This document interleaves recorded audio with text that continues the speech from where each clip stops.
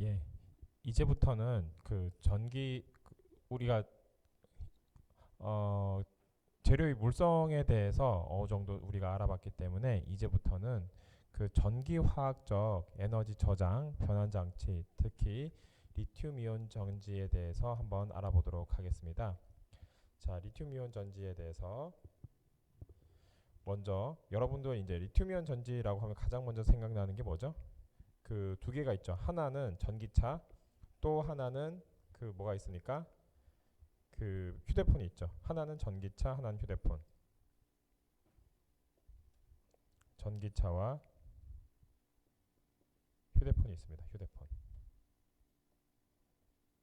자, 그런데 이 전기차와 휴대폰이 지금 우리가 여러분들이 이제 그 보기에는 최근에 굉장히 나름 첨단 기기죠.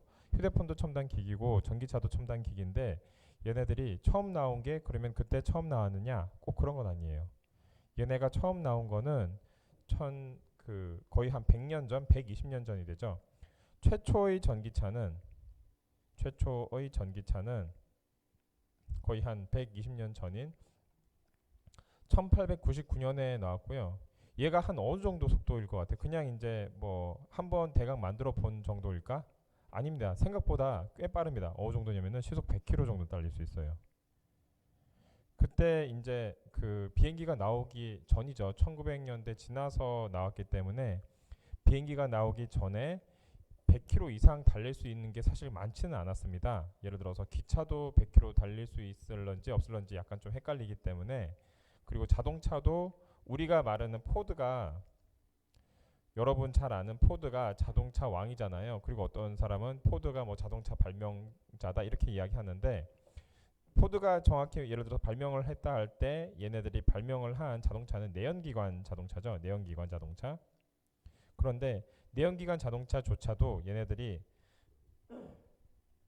1900년대 넘어서 사람들한테 그 대중화되었고 많이 사용되었기 때문에 어찌 보면은 처음으로 사람들이 사용한 자동차의 형태는 전기차가 그 일반 여러분이 지금 사용하고 있는 내연기관 차보다 빠르다라고도 이야기를 할 수가 있는 거죠. 자, 그러면은 이때의 점유율이 어느 정도였냐면 한 60% 이상이었대요. 마차 뭐 이런 거 대비해서. 그렇다면은 얘네들이 이제 그 가장 최초의 전기차가 이런 형태가 한 100km 정도 냈다라고 하면은 요게 이제 로드스터라고 한 테슬라에서 나온 차인데, 테슬라는 뭐 지금 그거보다 더 많이 그 뭐지? 속도도 나고 그리고 성능은 훨씬 좋아졌죠. 근데 테슬라가 나온 게 2000년 이후가 되겠죠. 2000년 이후. 테슬라가 최근에 나온 최초의 전기차는 아니지만은 그래도 가장 사람들에게 전기차라고 하면은 가장 각인이 많이 된 게 테슬라인 건 맞기 때문에 테슬라를 중심으로 해서 전기차를 이용한다고 한다면 2000년 이후 정도 돼서 이제 사람들이 그 테슬라에 대해서 이런 전기차를 우리가 그 사용할 수가 있구나라는 거를 알게 된 거죠. 자, 그러면은 비슷한 시기에 무선 통신도 있었습니다. 정확히 말하면 비슷한 시기는 아니에요. 한 20년쯤에 있다가 그 무선 통신이 있었는데, 그 정확히 말하면은 그 표현이 조금 약간 그 헷갈리긴 하죠. 최초의 무선 통신은 여러분이 잘 아는 마르코니가 그 마르코니죠. 마르코니 그 이탈리아 사람, 이 사람이 이제 무선 통신을 발명을 했는데, 이 사람이 사용했던 것은 그 모스부호 같은 거죠. 모르스부호 같은 거를 이용을 해서 그 보냈던 게 통신이라고 한다면은 사람들이 전화를 무선으로 주고받고 하는 것들은 어찌 보면은 그 이후의 일이 되겠습니다. 그런데 그 여러분이 잘 아는 것처럼 그레이엄 벨이 발명한 전화기는 1800년대에 나온 거긴 하지만 그 뒤에 그 이러한 무선 통신 형태로서 전화기를 사용한 것은 그 이후다. 그게 언제냐면 1920년 정도 됐다. 그러면 외부에서 사람들이 소위 말하는 최초의 휴대폰, 휴대전화, 휴대 가능한 통신 장비를 사용을 한 게 언제냐면은 휴대 가능한 통신 장비. 이게 1920년대다. 자, 그러면은 되게 옛날이네라고 생각하지만은 여러분이 혹시 여러분 세대는 그런 게 없었을 수 있는데 워키토키라고 이런 거 있죠. 햄 혹시 아시나요? 햄? 이런 거 보면은 그 우리가 전화기는 아니지만은 그거 가지고 이제 그 무선 통신을 할 수 있잖아요. 그런 워키토키 같이 사용했던 게 그러니까 2차 대전 때부터 이미 사용을 하기 시작했어요. 그러니까 사람들이 그 예를 들어서 무선 통신을 한 게 얼마 안 됐다라고 생각할 수 있는데 생각보다 옛날입니다. 예를 들어서 가장 쉽게 예를 들면은 전쟁이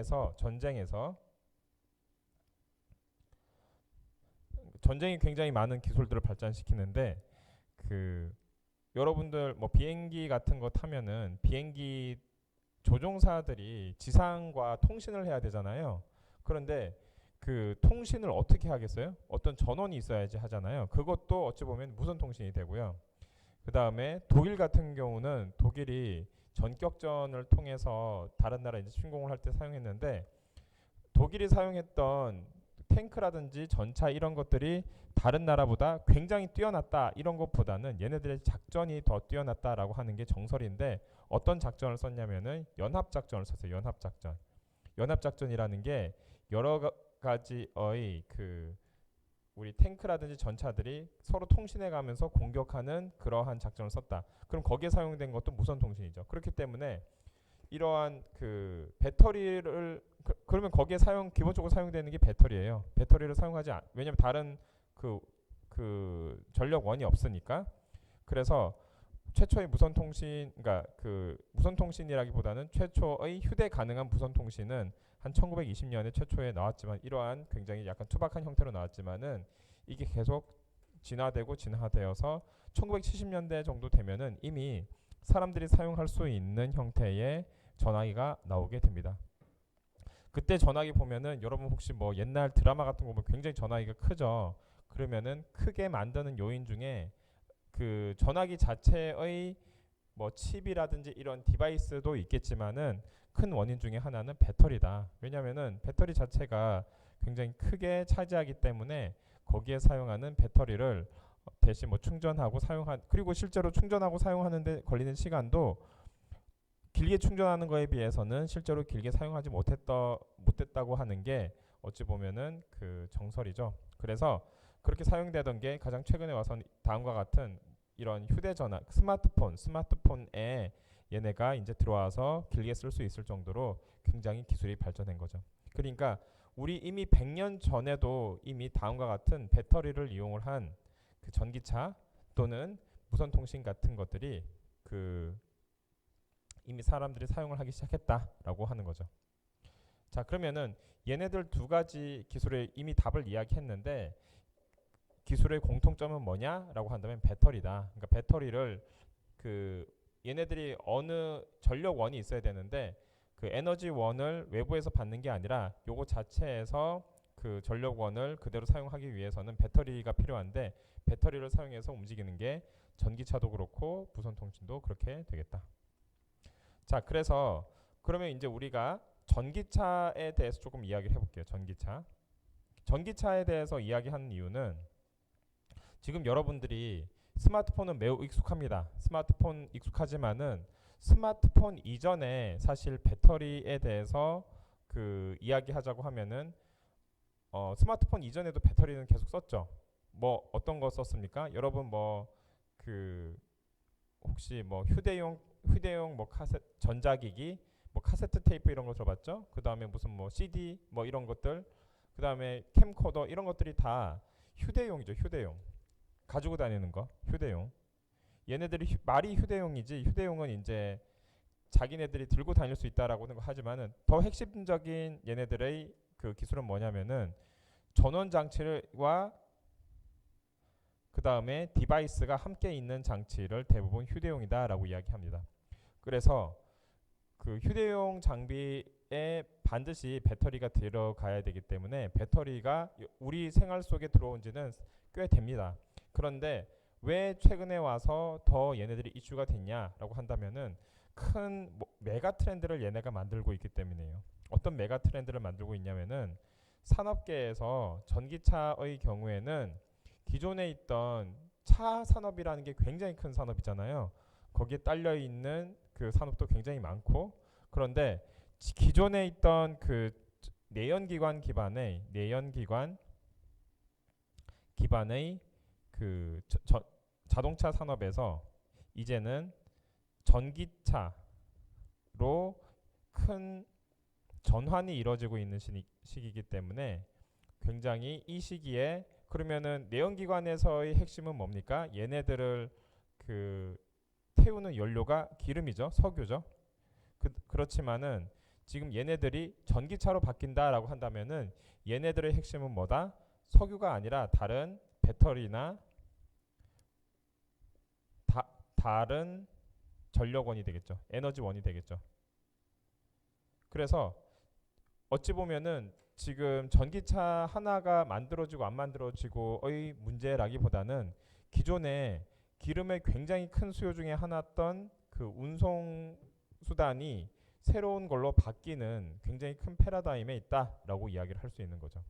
자, 요거 그림 여러분 보면은 요거는 이제 그 삼성 SDI에서 지금 BMW에 전기차 만드는데 참여를 하고 있습니다. 그러면은 전기차 만드는데 얘네들이 배터리를 공급을 하고 있는데, 배터리를 공급을 할 때 어떻게 돼 있냐면은 여기 이제 그 구동 수단이 있잖아요. 그럼 구동 수단이 있으면은 바퀴가 있고, 그럼 바퀴는 모터로 이제 얘네들이 움직이죠. 그 다음에 그 수많은 배터리가 있는데 그 배터리 팩이 어디에 깔리냐면은 밑바닥에 이렇게 쫙 깔리게 됩니다. 밑바닥에 이렇게 쫙 깔렸을 경우에 가장 큰 장점은 무게중심이 이렇게 쭉 낮아지기 때문에 차가 굉장히 안정적으로 돼요. 그리고 얘네들이 원래는 내연기관차에서 일반 전기차로 바뀌면서 또 다른 큰 변화는 뭐냐면은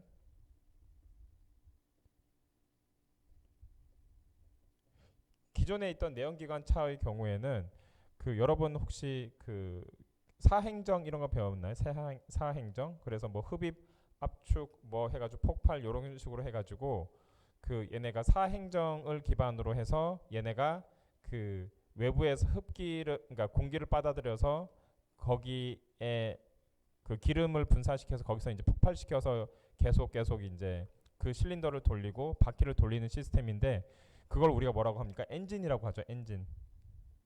엔진룸이 차지하는 면적이 굉장히 컸어요. 차 예를 들어서 이게 뭐 전륜이면은 여기에 전륜에 달린, 보통 요새는 전륜을 많이 하죠.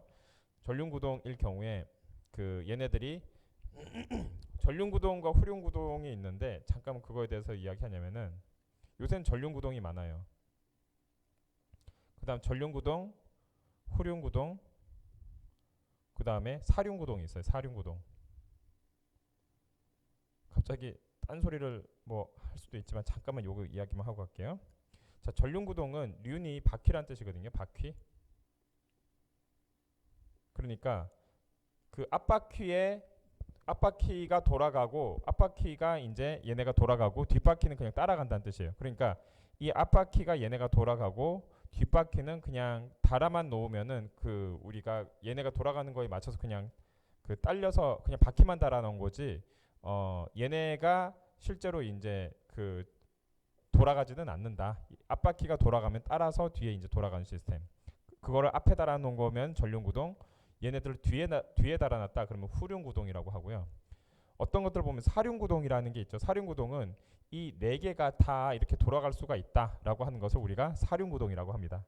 그래서 뭐 각각의 다 장단점이 있는데, 중요한 거는 이런 그 전륜구동이든 후륜구동이든 사륜구동이든 엔진을 거기에다가 이제 달아야지 얘네들이 이렇게 돌아갈 수가 있겠죠. 그렇기 때문에 엔진룸이 차지하는 면적이 큽니다. 그러면은 얘네들이 이제 엔진룸이 차지하는 면적이 있기 때문에 특히 이 앞을 우리가 본넷이라고 하죠. 본넷에 보면 굉장히 많은 그런 장치들이 있어요. 그래서 여러분 어디 물건 같은 거 실을 때는 보통 뒤에다가 많이 실죠. 그런데 뭐 LPG 그런, 여러분 혹시 뭐 택시 같은 거 본 적 있을지 모르겠지만 LPG 택시 같은 경우에는 뒤에도 거기 연료 탱크를 달아야 되기 때문에 뒤에도 딱히 못 넣어요. 어쨌든 중요한 거는 우리가 공간을 사용하기가 기존에 있는 그 내연기관 차의 경우에는 뒤에만 비교적 사용할 수 있고 별로 크지가 않다. 그리고 앞과 뒤 중에 하나에 보통은 엔진이 달려 있기 때문에 얘네들이 쏠릴 수가 있어요. 예를 들어 무게 중심이 당연히 엔진이 있는 쪽이 무겁겠죠. 그러면 차가 이렇게 쏠릴 수가 있는데 만약 그래서 이제 얘네들이 어쩌면 균형이 조금 안 맞을 수가 있는 상태가 되는 거죠. 그런 거에 대비해서 전기차의 경우에는 지금 바닥에 지금 얘네들을 달아놓고 얘네들은 전기 모터로 돌립니다. 바퀴를 전기 모터로 돌려요. 전기 모터로 돌리기 때문에 뭐가 필요 없다? 엔진이 필요가 없습니다. 엔진이 필요 없기 때문에 얘네들은 이 공간이 그대로 엔진이 차지했던 공간이 그대로 남아요. 그래서 보면은 앞에 공간 또는 뒤에 공간을 그대로 우리가 뭐를 실을 수 있는 공간으로 쓸 수가 있다. 게다가 바닥에 여기 배터리 무거운 배터리를 다 바닥에 이제 따닥따닥 다 연결을 시켜 놓기 때문에 굉장히 어찌 보면은 전복의 위험이 적다. 왜냐면은 무게 중심이 아래에 있기 때문에 그런 장점이 있습니다. 그래서 우리가 차에서 차량 가격을 분석을 할 때 나중에 이제 그런 거에 대해서 한번 이야기할 기회가 있을 텐데 전기차의 경우에는 가장 많이 차지하는 부분이 여러 가지 중에 있지만은 단일 품목으로서는 배터리가 단일 품목으로서는 전기차에서는 가장 크게 차지한다라고 이야기할 수가 있겠죠. 자, 그렇다면은 이러한 배터리 비즈니스가 점점 특히 이제 중국 같은 경우에는 얘네들이 기존의 이제 내연기관 차의 경우에는 기계공학 기술이 굉장히 많이 필요하기 때문에 기계공학 기술이 뭐 하루 이틀 사이에 축적될 수 있는 게 아니죠. 그러다 보니까 자기네들이 좀 뭔가 자동차 산업이 굉장히 큰데 거기에 명암을 내밀려고 하니까 기존에 있는 내연기관 차로 하는데 한계가 있는 거예요. 물론 많이 따라왔습니다. 왜냐면은 워낙 얘네들이 많이 이런 인수합병을 많이 해가지고 거기 기술을 통해서 많이 따라오긴 했는데 그래도 축적된 노하우가 다른 기존의 자동차 선진국에 비해서는 좀 부족하다.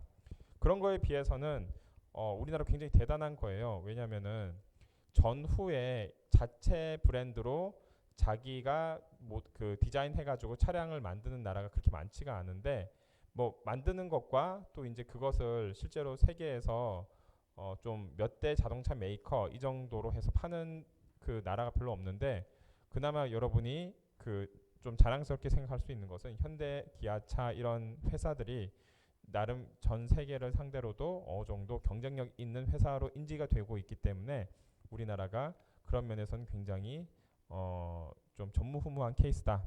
자, 그런데 이제 우리가 지금 전환점에 있죠. 전환점에서 이제는 내연기관 차에서 전기차로 바꿔야 되는데 그거를 그런 게 있습니다. 여러분이 이제 차를 보면은 내연기관 차는 내연기관 차에 맞는 자동차 디자인이 있어요. 내연기관 차에 맞는 자동차 디자인이 있는데 예를 들어서 내연기관 차에 맞는 자동차 예를 들어 그랜저를 한번 예를 들어 봅시다. 그랜저의 내연기관 차를 만들었어요. 그러면은 걔네를 만든 다음에 우리가 사람들이 워낙 전기차에 대한 관심이 많아서 자, 그랜저 전기차 버전을 하나 만들어 보자라고 한다면은 오히려 전기차 버전이 생각보다 좋지 않을 수 있어요. 가장 큰 이유는 뭐냐면은 맨 처음 자동차 디자인을 할 때부터 이거를 전기차로 만들 것인가 아니면 하이브리드로 만들 것이냐 아니면 내연기관으로 만들 것이냐에 따라서 디자인이 조금씩 바뀝니다. 그래서 여러분들이 조금 뒤에서 또 이야기하겠지만은 그런 거에 따라서 거기에 가장 적합화된 디자인을 어떤 걸 쓰느냐에 따라서 효율이 많이 바뀝니다. 자 그러면은 우선 배터리는 어떻게 제작될까에 대해서 여러분이 이제 관심을 가지게 될 거고요. 자, 이제 본격적으로 조금 더 전기차 이야기를 한번 해볼게요.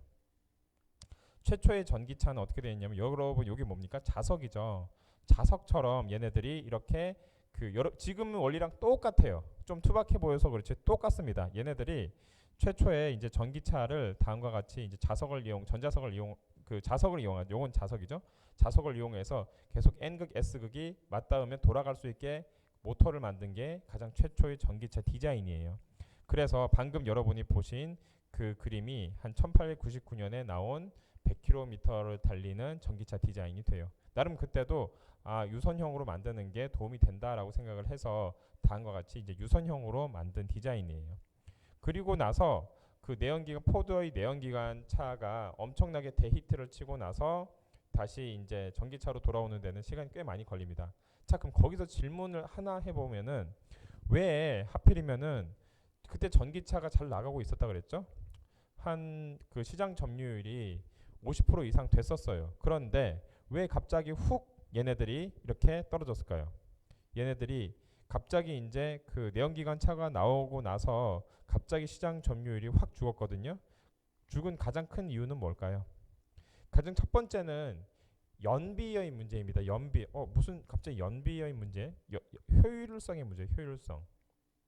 예를 들어서 우리가 그때 당시 이제 기름을 가지고 기름을 떼서 기름도 어찌 보면 화학 에너지인데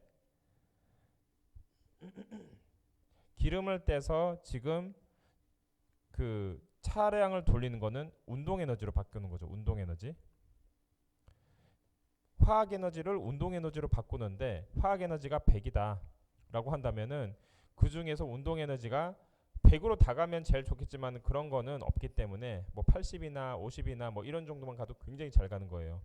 그런데 운동 에너지로 가면 한 40 정도 갑니다. 지금 여러분들이 사용하고 있는 것들이 화학 에너지가 100이면은 운동 에너지를 한 40 정도 가요. 나머지 60은 여러 가지 열 손실로 없어집니다.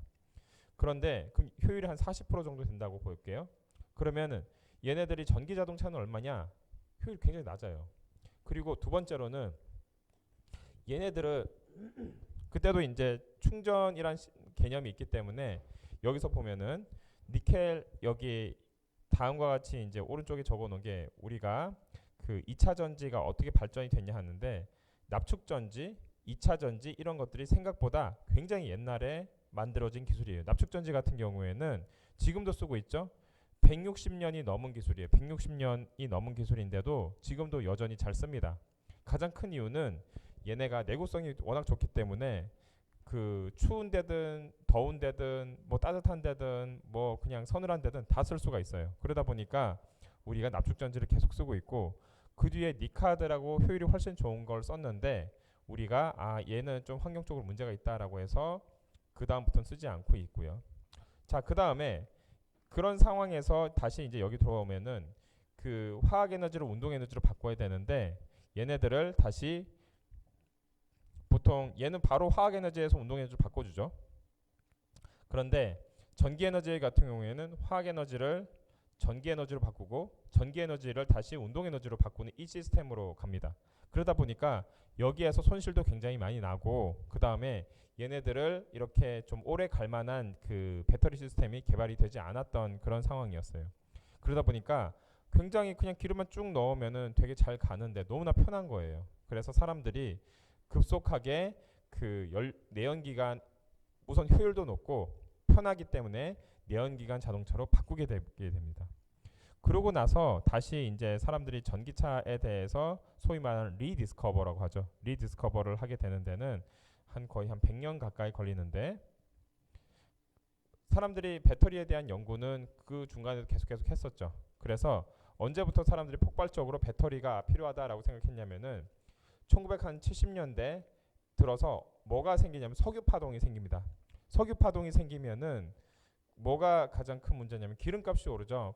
지금도 마찬가지인데 미국은 우리나라보다 훨씬 기름값이 쌉니다. 그래서 미국에서 대중교통이 발달하지 않은 경우가 꽤 많은데 그 이유는 사람들이 그냥 자기 차를 다 타고 다니기 때문에 대중교통을 별로 이용을 안 해서 그래요. 자, 그래서 뉴욕이나 이런 대도시가 아닌 이상은 거의 대중교통을 사람들이 잘 이용을 하지 않는데 자기 차를 이제 타고 다니다가 그리고 이제 차량 효율도 별로 안 좋아요. 왜냐? 기름값이 싸기 때문에. 자, 그렇게 해서 자동차를 타고 다니는데 1970년대 석유 파동이 납니다. 석유 파동이 뭐냐면은 원래는 석유가 어디서 많이 나죠? 중동에서 많이 나죠. 그러면은 중동에서 나오는 기름값을 어디서 좌지우지하고 있었냐면은 미국에서 좌지우지하고 있었어요. 그래서 미국에서 석유값을 굉장히 낮은 가격으로 그냥 거의 픽스를 해놨어요.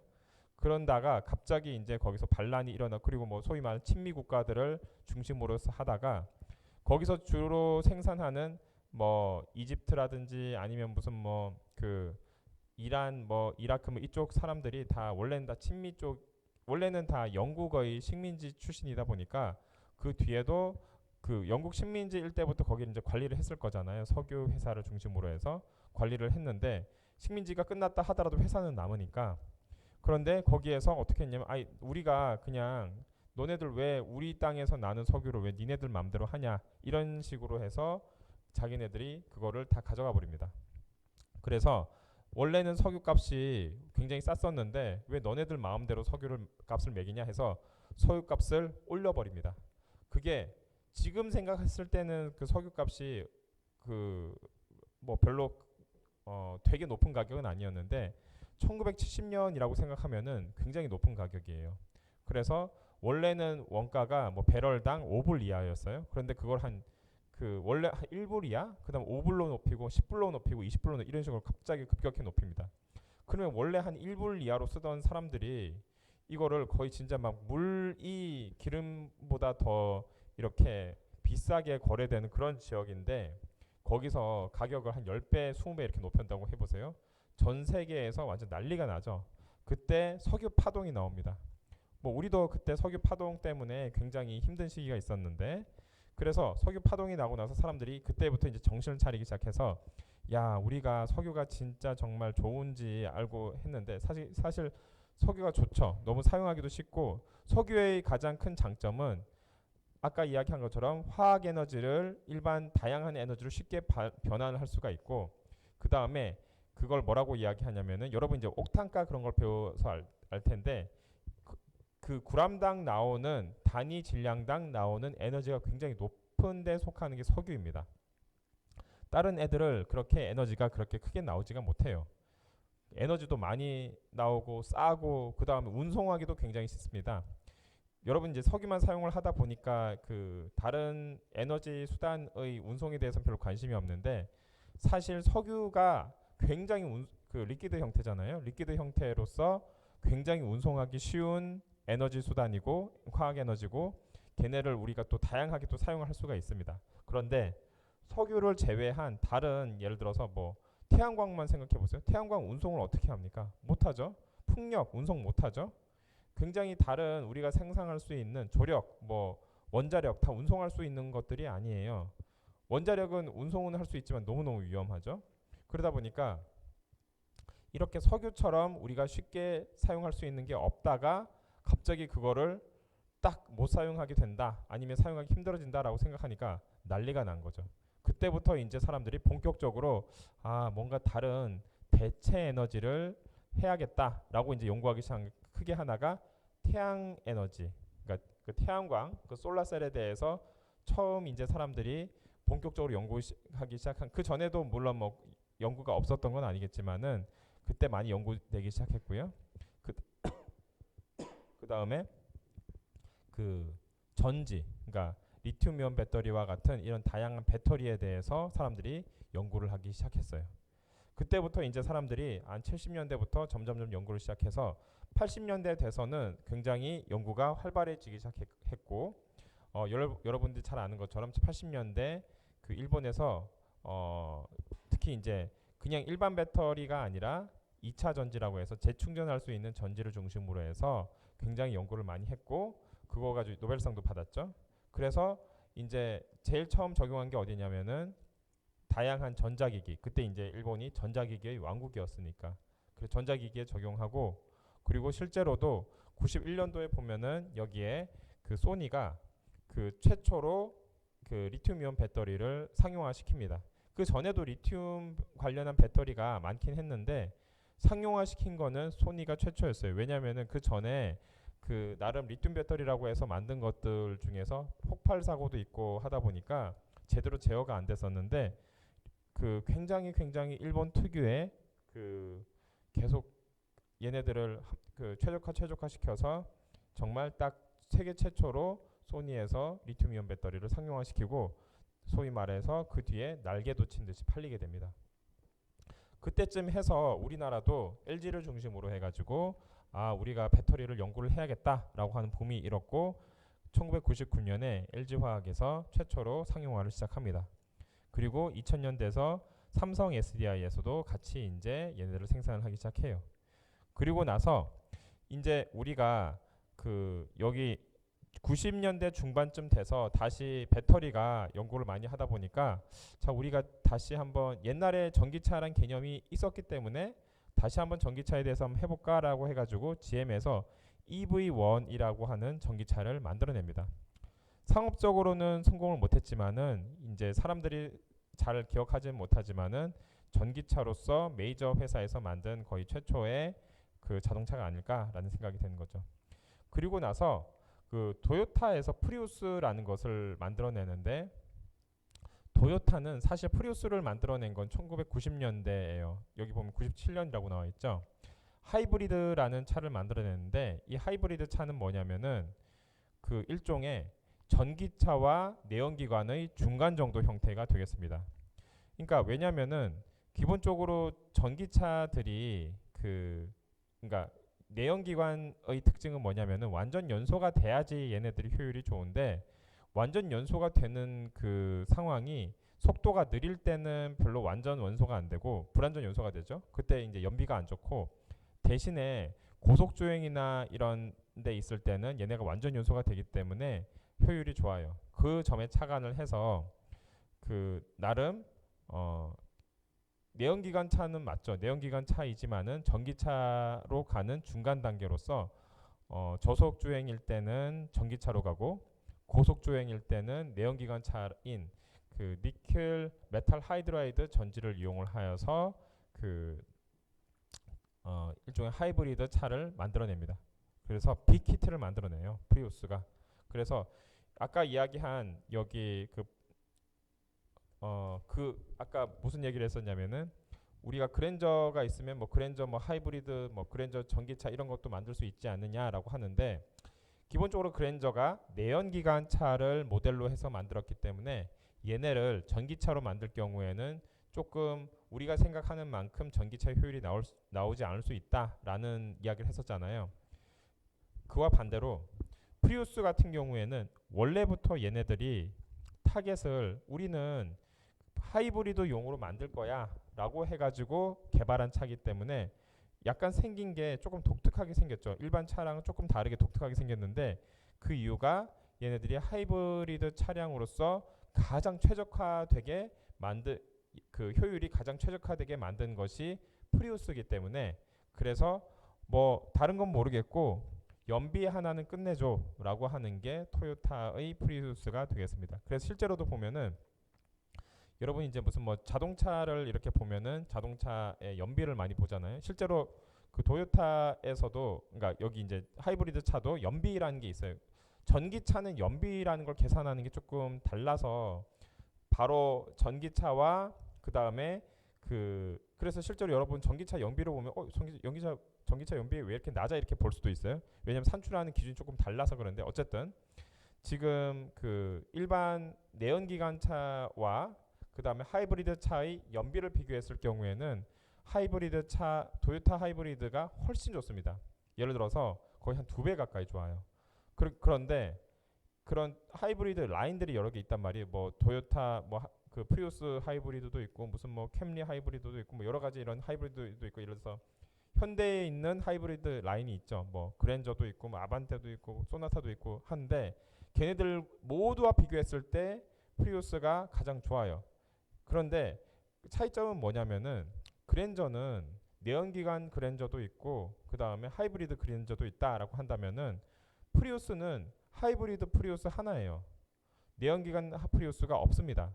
즉 얘네들은 여기에 맞춰서 자동차 디자인을 최적화시켰기 때문에 어찌 보면은 연비가 최고로 될 수가 있었고 반대로 원래 그랜저라는 것은 내연기관 차로 만들어졌기 때문에 내연기관 차에서는 나쁘진 않은데 이거를 하이브리드로 만들었을 경우에는 생각보다 그렇게 좋지 않네 라는 느낌이 나올 수 있는 거죠. 그렇기 때문에 전기차도 단순히 뭐 배터리만 바꿔 넣으면 전기차가 되느냐라는 게 아니라 거기에 맞춰서 다른 것도 다 같이 바꿔줘야겠다.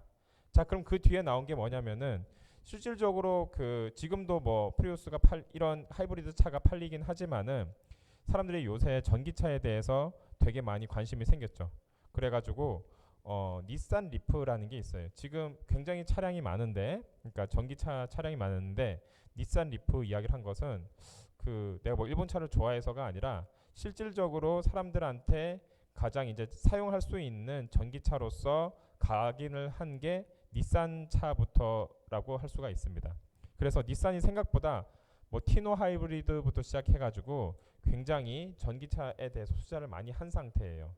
그래서 리프가 나오는 게 한 2006년, 2007년, 2008년 이 정도의 닛산 리프가 나와서 미국에서 이제 돌아다니기 시작했어요.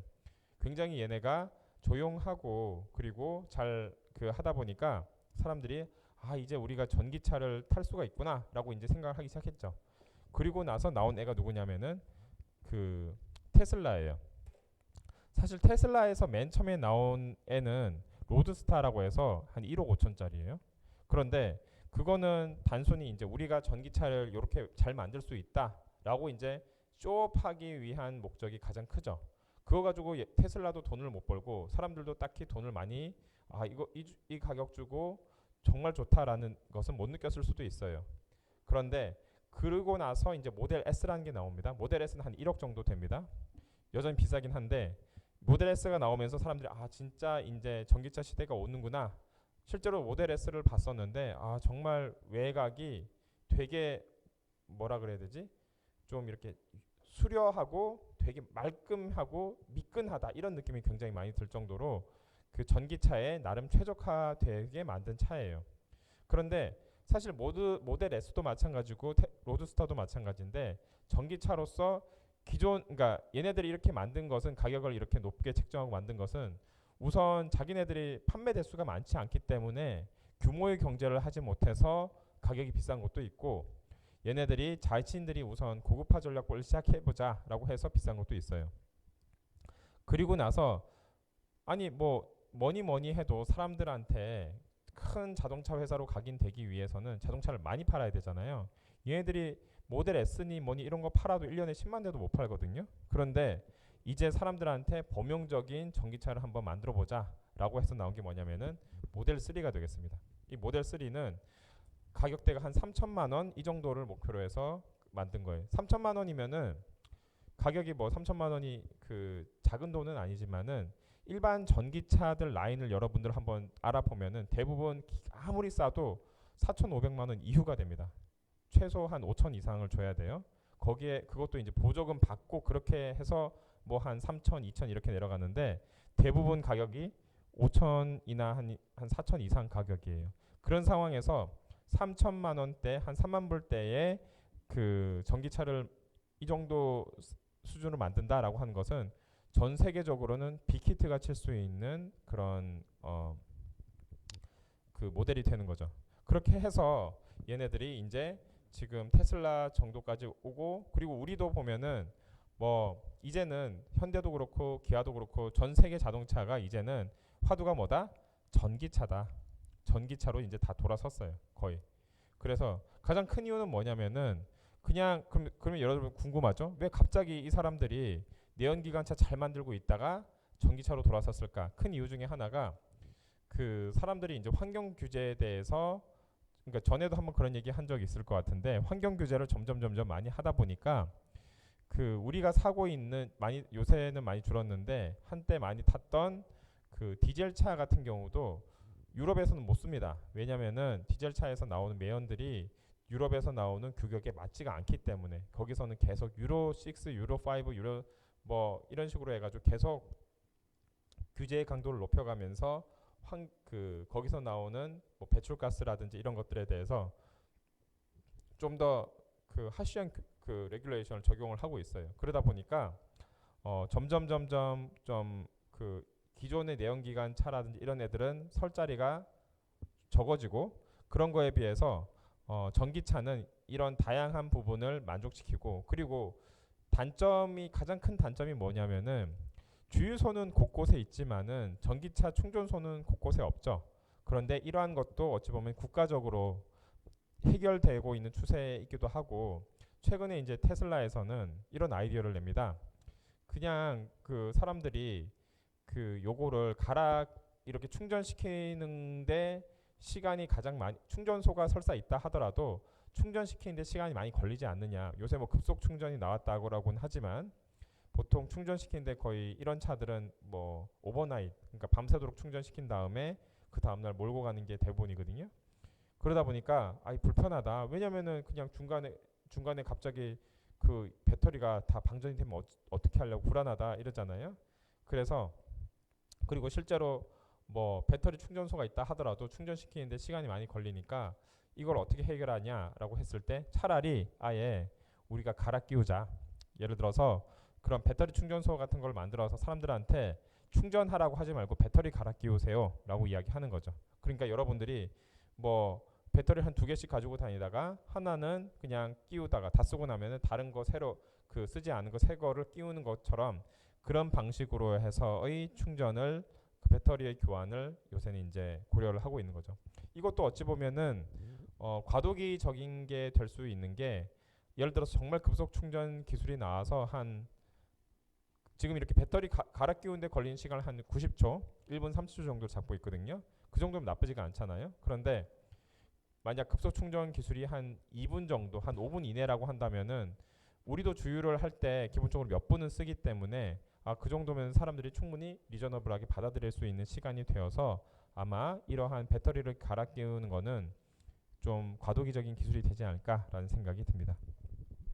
자, 이렇게 해서 우리가 전기차에 대해서 조금 이야기를 길게 했는데, 자, 전기차 시대에 대해서 조금 이야기를 해보면은 얘네가 가장 큰 패러다임이 바뀐다라고 한다면은 기존에 있을 때 내연기관의 제조 비용을 한번 봤을 때는 샤시, 차체, 구동, 장비, 기타 이런 게 있어요. 그 중에서 구동 부분의 가격이 굉장히 크게 듭니다.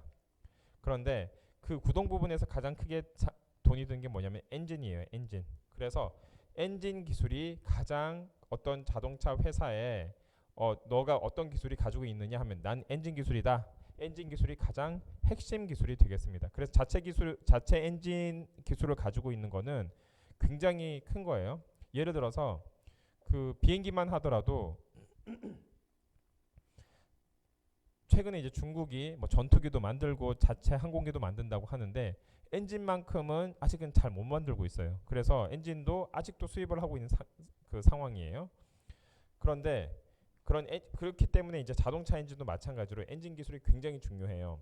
그런데 전기차의 경우에는 첫 번째 구동 부분에 해당하는 가격이 이전 비해서는 많이 줄어듭니다. 그리고 구동 부분에서도 전기 모터와 인버터 이러한 기술이 대부분 차지하기 때문에 그 전에 있는 엔진 기술이 별로 의미가 없다. 그 대신에 어떤 게 가장 커졌냐? 여러분 보면은 배터리 팩이라고 있죠. 배터리 팩이 가장 어찌 보면은 자동차에서 크게 그 비용을 차지하는 부분이 되었다. 거의 한 50%까지 차지하기 때문에 그래서 전 세계에서 전기차를 그 만든다라고 한다면 반드시 배터리 기술이 같이 있어야 된다라고 하게 되는 거죠. 그리고 이게 첫 번째고 제조 비용적인 측면에서 구성이 달라진다. 두 번째로는 이건 어찌 보면 산업적으로 더 큰 파격을 줄 수가 있는 게 부품 개수를 비교했을 때 내연기관 차의 경우에는 한 3만 개 정도가 부품으로 사용을 합니다. 그 중에 이제 엔진 부품이 한 7천 개예요. 굉장히 많죠. 그러다 보니까 엔진 기술이 없으면 자동차를 못 만든다고 하는 게 굉장히 큰 거예요. 그런데 전기차는 2만 개도 안 돼요. 3분의 2도 안 됩니다. 엔진은 아예 필요도 없고요. 예를 들어서 그 가장 크게 필요한 게 뭐냐라고 한다면은 차체 부품, 요건 똑같이 들어가는 거고, 그 다음에 그 제동 장치 부품, 이것도 줄어듭니다. 그렇기 때문에 그 전에 대비해서 그 굉장히 단순화된다라고 이야기할 수가 있어요. 그래서 자동차 회사는 벤더들이 되게 많습니다. 자동차 회사가 있으면은 자동차 회사에 그 부품을 공급하는 예를 들어서 여러분이 잘 아는 현대모비스가 있죠. 자, HMC가 있다고 합시다. 현대자동차가 있으면 현대모비스가 있죠. 현대모비스가 있으면은 현대모비스는 현대자동차에 부품을 공급하는 1차 벤더예요. 이걸 1차 벤더라고 합니다. 그러면은 1차 벤더가 있으면은 현대모비스에 또 공급하는 또 2차 벤더들이 있어요. 그러면은 2차 벤더에 공급하는 또 3차 벤더들이 있습니다. 이런 식으로 약간 피라미드 구조로 되어 있어요. 그런데 기본적으로 이렇게 될 수 있는 것은 부품 수가 굉장히 많기 때문에 그 현대자동차에서 모든 부품을 다 못 만들어요. 현대자동차에서 주로 만드는 거는 차체 디자인, 그 다음에 엔진 이 정도, 이 두 가지 정도만 현대에서 자체적으로 하는 거고 나머지는 다 외주 제작하는 거예요. 외주 제작해서 와서 테스트해보고 좋네 그러면 써, 안 좋네 못 써, 이런 식으로 해가지고 그래서 뭐 여러분이 소위 들어본 현대자동차의 갑질이라는 게 여기에서 어찌 보면 구조적으로 시작이 되는 겁니다.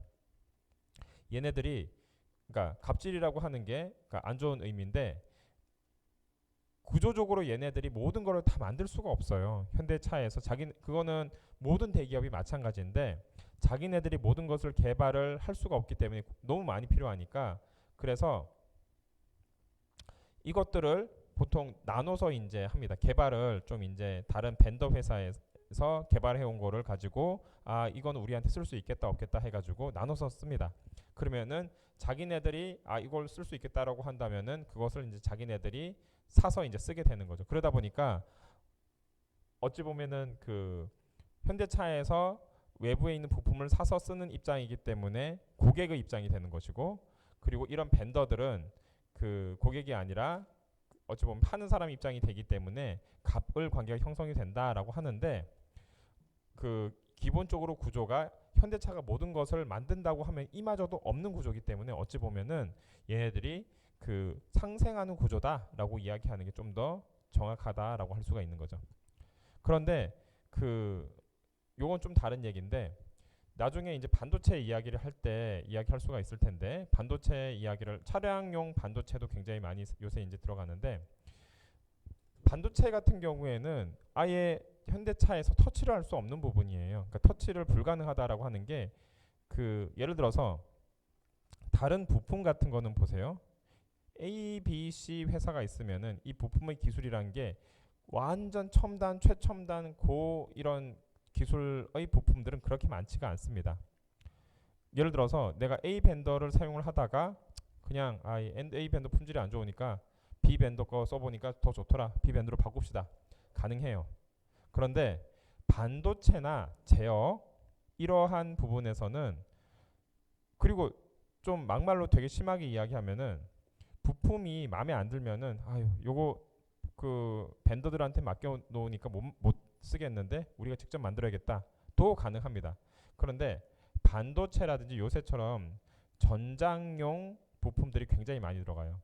그럼 얘네들 같은 경우에는 굉장히 전문적인 회사에서 만들어서 현대차에다가 공급하지 않으면은 자기네들이 만들 수가 없어요. 왜냐면은 이런 전자산업이라는 게 뭐 하루 아침에 이루어지는 게 아니기 때문에 아무리 그 현대자동차가 기술력이 있다 하더라도 자체 무슨 뭐 전자팀이 있다 하더라도 그 전문화된 전자회사에서 공급한 것만큼 만들기는 쉽지가 않습니다. 따라서 아무리 예를 들자면 삼성전자가 있다고 합시다. 삼성전자가 차량용 반도체를 만들었어요. 삼성전자가 차량용 반도체를 만들어서 현대차에다 공급을 합니다. 현대차에서 입장에서는 삼성전자가 일종의 벤더가 되는 거죠. 그래서 삼성전자한테 차량용 반도체 뭐 100개 주세요. 예를 들어서 이렇게 있다고 합시다. 100개 주세요 했어요. 마음에 안 드는데 야, 너 싫으니까 따내. 이게 안 됩니다. 왜냐하면 만들 수 있는 회사가 굉장히 한정이 돼 있기 때문에 삼성전자에서 만들어서 얘네가 마음에 안 들어요. 그러면 요거 좀 그 성능이 우리가 요 그 다른 거보다 요걸 좀 개선했으면 좋겠습니다. 이렇게 해서 고치지. 마음에 안 드니까 딴 회사 합시다. 이게 안 되는 부품도 있죠. 그러니까 어찌 보면 굉장히 기술력이 독보적인 경우에는 그게 가능하다. 그런 면에서 그 예를 들어서 전기차에서 굉장히 중요시 여기는 게 뭐냐면은 지금은 구동 전달 제어 중에 그 전장 부품 이게 지금은 한 5% 정도 되지만은 앞으로 점점 이쪽이 늘어날 것이다. 그 다음에 배터리 쪽이 앞으로 굉장히 늘어날 것이다. 배터리와 여기 보면은 전기 모터, 인버터 이렇게 나와 있죠. 배터리와 그 다음에 전장 부품. 얘네들 중심으로 해서 전기차가 굉장히 그 스마트카로 가면서 굉장히 중요해질 것이다라고 이야기할 수가 있는 거죠. 자, 그래서 왜냐면 배터리 같은 경우도 일종의 화학 산업이거든요. 기본적으로 화학. 그 다음에 전장 부품은 전자 산업이에요. 그리고 보세요. 그 자동차는 기계 산업이거든요. 그러니까 업종이 굉장히 다릅니다. 업이 다르다 보니까 배터리 마음에 안 드는 애, 딴 거 해야지. 이렇게 하는 게 예를 들어서 딴 회사도 이런 그 예를 들어서 LG화학이라고 합시다. LG화학이 굉장히 좋은 배터리를 만들었어. 그런데 아이 LG화학 배터리 못 쓰겠네. 딴 거 써야지라고 해가지고 대체할 만한 배터리가 있으면은 쓸 수가 있는데 그런 게 없다라고 한다면은 쉽지가 않다라는 거죠. 자, 이런 상황이 지금 전기차 업계가 돌아가는 상황이에요. 자, 그리고 아까 이야기한 거예요. 좀 전에 그 왜 그러면은 얘네가 전기차가 도래가 되냐? 첫 번째, 정책 환경이 변화가 됩니다. 내연기관차에 대한 판매가 금지가 되는 게 점점 주요국에서 미국, 유럽, 중국, 그다음에 뭐 일본 이런 데에서 연비 규제가 강화가 됩니다. 환경 규제가 강화돼요. 환경 규제. 그러니까 점점 더 환경 규제가 강화되면서 우리가 그 기존에 했던 내연기관차를 쓰기 어려운 환경이 된다. 그리고 자동차 제조사가 전략의 변화를 가져오게 됩니다. 예를 들어서 이전에는 그냥 그 내연기관차를 이용을 해가지고 그 팔았는데 이제 충분히 많이 팔았어요. 팔아서 더 이상의 개선이 쉽지 않은 상황에서 뭔가의 그 소위 말하는 브레이크스루라고 하죠. 브레이크스루가 필요하는 그런 상황인데 이때 전기차 시장이 새로 열린 거예요. 이미 지금 내연기관차 같은 경우에는 살 사람이 다 샀거든요. 그런데 그래서 뭐 새로 바꾸거나 신규 수요 같은 게 점점 줄어들고 있는 상황인데 충분히 세츄레이션 됐기 때문에 전기차는 완전히 새로운 수요예요. 전에 내연기관차를 썼던 사람이라 하더라도 전기차 새로 나왔네 한번 써볼까 할 수도 있고 그 전에는 내연기관차에 대해서 별로 좋지 않게 생각하는 사람도 환경적으로 좋으니까 한번 써볼까 해서 완전히 새로운 시장이 열리고 있기 때문에 그 시장을 잡기 위해서 새로운 시장이 열리고 있기 때문에 그 시장을 잡기 위해서 전 세계에 있는 모든 차량 회사들이 집중을 하고 있습니다. 그래서 앞으로 2025년 이건 계획적인 그 수치긴 하지만은 뭐 폭스바겐 같은 경우에는 EV 모델 수를 한 80개 만들겠다 이렇게 하고 있고요. 지금 현대차만 하더라도 앞으로 2025년 되면은 한 23개, 20개 넘는 전기차 전용 모델을 만들겠다라고 해가지고 전 세계에 있는 자동차 회사들이 다 전기차 개발에 뛰어들고 있어요. 그러다 보니까 두 가지 이유. 하나는 정책 변화, 그 다음에 자동차 회사의 전략 변화의 관계로 점점 전기차가 시대가 도래하고 있고 거기 핵심은 뭐다? 배터리가 되겠다. 자, 그래서 이제 그 배터리와 관련해 가지고 우리가 한번 이야기를 해보도록 하겠습니다. 자, 우리가 이제 그 배터리라고 할 때 그 가장 먼저 배터리가 여러분이 아는 배터리가 1차 전지가 있고 그 다음에 2차 전지가 있고 그다음에 연료 전지가 있고 그다음에 굉장히 다양한 배터리가 있는데 우선 배터리의 분류부터 한번 해볼게요. 전지 기술이 발전을 함에 따라서 기존의 이제 하이브리드 이런 자동차 그 다음에 그 로봇 이런 거 그래서 굉장히 다양한 디바이스가 그 오프라인이 돼 있는 상태, 그러니까 온라인이 돼 있지 않은 상태의 전력 공급원에서 어떻게 우리가 전력을 공급할 것인가, 그러니까 온라인이 돼 있지 않은 상태에서 어떻게 얘네들을 전력 공급을 할 것인가, 답은 배터리밖에 없다라고 할 수 있죠. 따라서 예를 들어서 여러분이 보고 있는 자동차, 로봇 얘네들 다 한번 움직이는데 많이 필요하죠. 힘이 많이 필요하죠. 그렇다면은 기존에 사용하던 그런 전지를 가지고 여기에 이제 자동차나 로봇에 적용하기는 어렵겠다. 따라서 고출력 중대형 전지 개발에 굉장히 핵심적이다. 자, 우리가 그 강의 초반에 4차 산업 이야기를 했었는데 4차 산업에 굉장히 다양한 스마트 디바이스 많이 나오고요.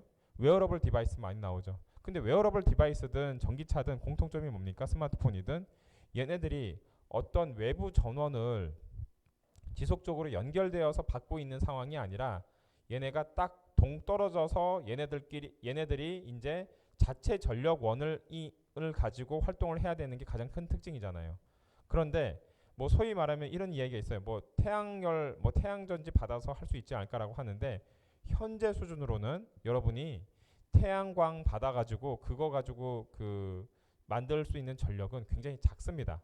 따라서 여러분들이 아무리 많이 붙여도 그래서 보면은 그러니까 우주를 갔을 때 인공위성들이 거기서는 태양광의 효율이 엄청 높은 그런 상황이잖아요. 왜냐면 우주에 떠 있으니까.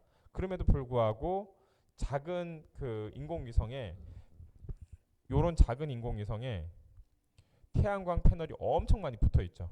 그죠? 그 이유가 얘네들이 그렇게 해도 얘네들이 사용하고 있는 동력이 별로 크지도 않아요. 그냥 송수신 정도입니다. 송수신 정도. 그 정도인데도 엄청나게 많은 패널을 붙여 놓는데 여러분들이 그냥 돌아가는 거에 이렇게 하이브리드 자동차 또는 이 자동차나 로봇 같이 기계류를 돌리는데 굉장히 많은 전력이 필요하죠. 그런데 태양광 가지고 하겠다 쉽지가 않습니다. 따라서 고출력 중대형 전지가 반드시 필요하고요.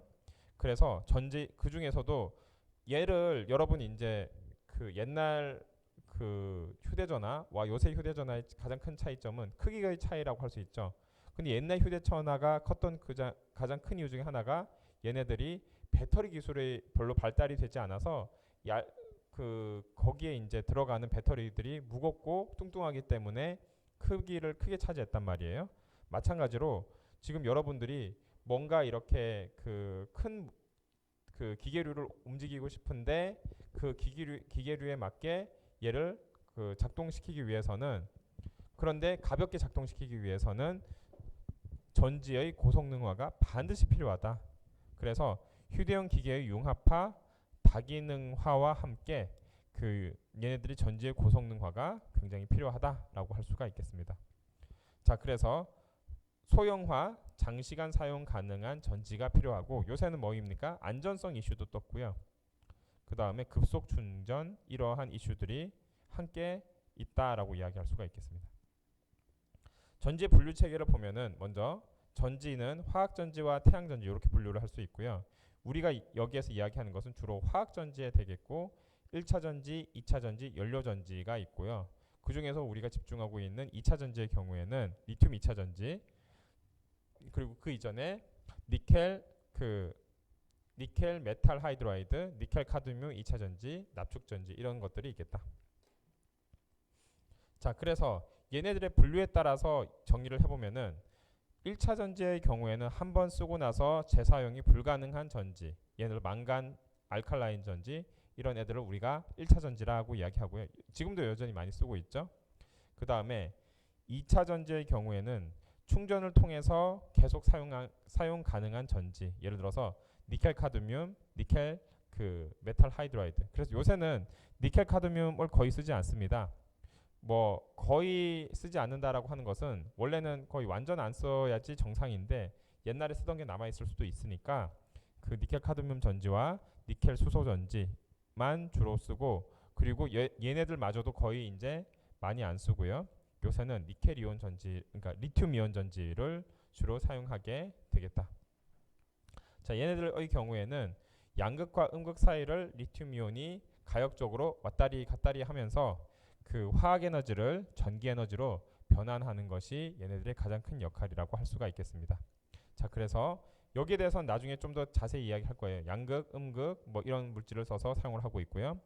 얘네들의 트렌드의 경우에는 앞으로 고용량, 고출력, 안전성, 그 다음에 저가 이것을 중심으로 해서 새로운 배터리를 만들어내겠다. 그리고 그 현재 원래는 이제 그 전자기기, 뭐 컴퓨터, 캠코더, 카메라 이런 애들 중심으로 해서 전화기 중심으로 해가지고 그 기존에 있던 시장이 있다라고 한다면은 이걸 머추어 마켓, 그러니까 일단 성숙한 마켓이라고 하죠. 기존 시장. 새로운 시장의 경우에는 좀 더 높은 전기 역량이 필요한 거, 높은 전력이 필요한 곳. 그 PHEV라고 하면 뭐냐면은 플러그인 하이브리드 일렉트릭 베이클. 그러니까 그 일렉트릭 베이클 중에서도 하이브리드 베이클이 있고, 자 그냥 일반 내연기관차가 있고, 그 다음에 하이브리드 일렉트릭 베이클이 있고, 플러그인 하이브리드 일렉트릭 베이클이 있고, 그 다음에 일렉트릭 베이클. 자, 그럼 여기의 차이가 뭐냐? 이쪽으로 가면 갈수록 그 전기차라고 이야기할 수 있는 게 좀 더 높다, 비중이 높다라고 이야기할 수 있어요. 그래서 얘는 100% 내연기관차, 얘는 한 70% 내연기관차, 얘는 한 50% 내연기관차, 얘는 100% 전기차, 이런 식으로 우리가 이야기할 수 있다. 그러면 HEV와 플러그인 HEV, 그 하이브리드의 차이는 뭐냐? 보통 하이브리드는 이렇게 전기를 충전하기 위해서 자동차 모터가 돌아가다가 예를 들어서 줄어들 때, 예를 들어 정지할 때나 아니면은 줄어들 때, 속력을 줄일 때, 그때 이제 F는 ma에서 가속도를 역가속을 받아서 감속이죠. 그걸 가지고 전기 에너지로 변환시키는 것을 이용을 하는 게 일반적인 하이브리드 일렉트릭 베이클, 거기서 이제 충전을 하는 거죠. 기계적인 에너지를 전기 에너지로 바꾸는 거. 그런데 플러그인 하이브리드의 경우에는 일반 전기차처럼 얘네가 놀고 있을 때 충전을 하는 거예요. 가만히 있을 때 충전을 함에 의해서 전기차의 성능을 높이는 것을 우리가 플러그인 하이브리드다라고 이야기를 하게 되겠습니다. 자, 그렇게 해서 새로운 마켓이 굉장히 신재생 에너지 저장, 전력 저장, 그다음 우주용, 이런 식으로 해서 굉장히 다양해졌고요. 그 다음에 기존의 이러한 것들을 우리가 굉장히 다 대체할 수가 있겠다라고 이야기하게 되겠습니다. 자, 그래서 전지에 이제 분류가 있는데 잠깐 쉬었다가 우선 여기까지 해서 잠깐 쉬고 그 다음에 전지의 분류에 대해서 한번 이야기를 해보도록 하겠습니다.